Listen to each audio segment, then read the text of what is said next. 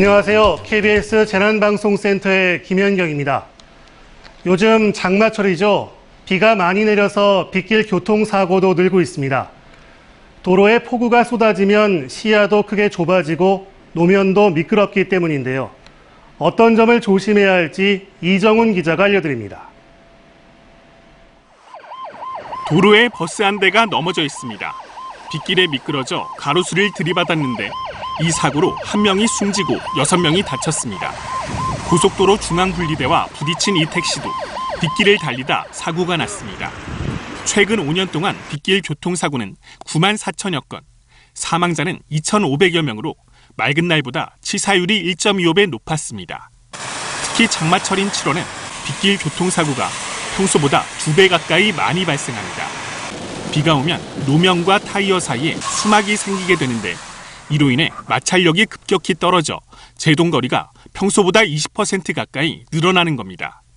사고를 줄이기 위해선 속도를 줄이는 것이 중요합니다. 비 오는 날의 주행 속도는 규정 속도보다 2분의 1 감소하고 앞차와의 차간 거리를 유지하고 차량의 흐름을 타는 것이 매우 중요합니다. 앞차와의 거리는 평소보다 50% 이상 늘리고 무릉덩이는 1단이나 2단 기어로 통과해야 합니다. 또 낮에도 전조등을 밝히면 사고를 줄일 수 있습니다. 타이어 공기압이 낮거나 마모가 심한 경우 사고가 발생할 가능성이 커지기 때문에 평소에 타이어를 점검하는 것이 좋습니다. 장마철엔 국지적인 폭우뿐 아니라 낙뢰로 인한 피해도 적지 않습니다. 강한 소나기 구름에서 발생하는 낙뢰는 정전이나 화재, 인명피해까지 일으킬 수 있는데요. 최근 5년 동안의 낙뢰 피해 통계를 보면 여름이 시작되는 6월부터 크게 늘어나서 7월과 8월에 가장 집중되는 걸로 나타났습니다. 특히 산행 중에 조심해야 하는데요. 벼락은 능선의 암벽, 큰 나무로 떨어지기 쉽다고 합니다. 또 피할 땐 빗물이 닿지 않도록 배낭 등을 깔고 웅크려야 합니다. 벌판에선 농기구나 낚싯대, 골프채 등 길고 뾰족한 물건을 들고 있어서는 안 되고요. 몸을 가능한 한 낮춘 상태에서 최대한 낮은 곳으로 피해야 합니다.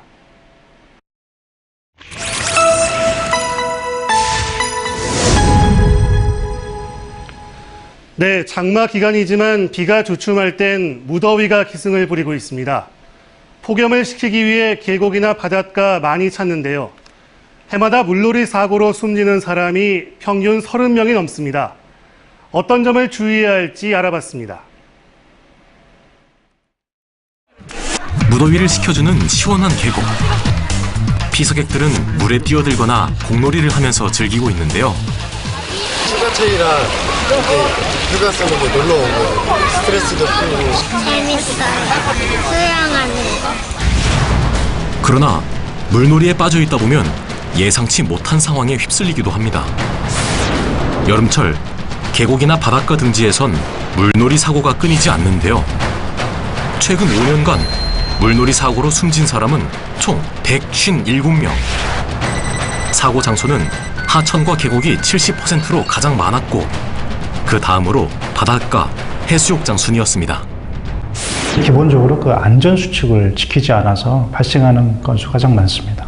보통 안전부주의가 가장 큰 원인을 차지하고 있고 수영 미숙이라든지 음주수영을 차지하고 있습니다. 그렇다면 어떤 경우 위험할까요? 계곡이나 하천은 보는 것과 달리 수심이 불규칙합니다.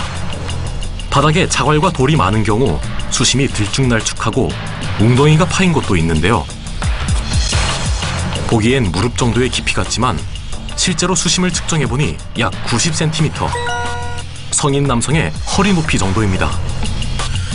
조금 더 안쪽으로 들어가자 수심이 2m를 넘는 곳도 있습니다. 물살이 휩쓸리면 갑자기 깊은 곳에 빠지게 되고 당황해서 익숙한 사고가 발생하는 경우가 대부분입니다. 충분한 준비운동과 그리고 개인 안전장비, 구명조끼를 기본적으로 착용하고 계곡에선 예기치 못한 급류도 조심해야 하는데요. 물놀이 하는 곳에 상류에 내린 국지성 폭우로 갑자기 급류가 닥칠 수 있습니다. 계곡에서 급류에 휩쓸리면 얼마나 위험한지 체험할 수 있는 곳입니다. 위에서 쏟아진 물이 빠르게 밀려옵니다. 난간을 잡고 버텨보지만 연이어 쏟아진 물살에 몸이 중심을 잃고 흔들립니다.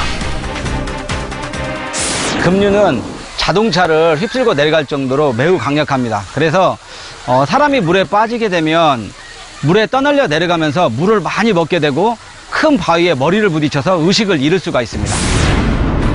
구조대원이 바다에 빠진 사람을 구조합니다. 물놀이 도중 너울성 파도에 휩쓸렸는데요. 물에 빠진 3명 가운데 1명은 구조했지만 20대 2명은 끝내 숨졌습니다. 계곡 다음으로 사고가 많은 바닷가. 수심이 깊은 곳으로 밀려갔을 때를 대비해 생존 수영법을 미리 배워두는 것이 좋습니다.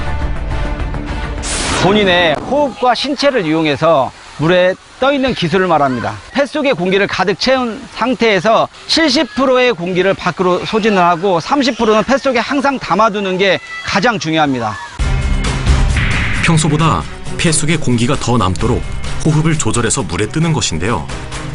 이때 다리는 45도 정도로 벌리고 양팔은 자연스럽게 뻗는 것이 중요합니다. 술을 마신 뒤 물에 들어가는 건 특히 위험합니다.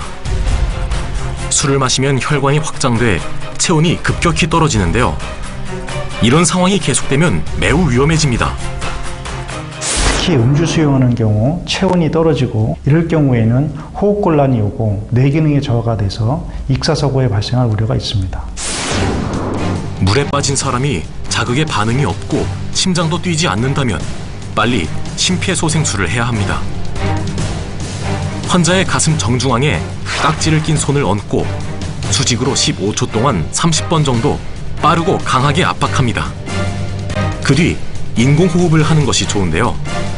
그러나 인공호흡법을 배우지 않은 경우엔 구조대가 올 때까지 가슴 압박만 계속해도 됩니다. 영유아에게 주로 발병하는 수족구병이 전국적으로 확산하고 있습니다. 뚜렷한 치료법도 없어서 이런 때일수록 개인위생을 철저히 하고요.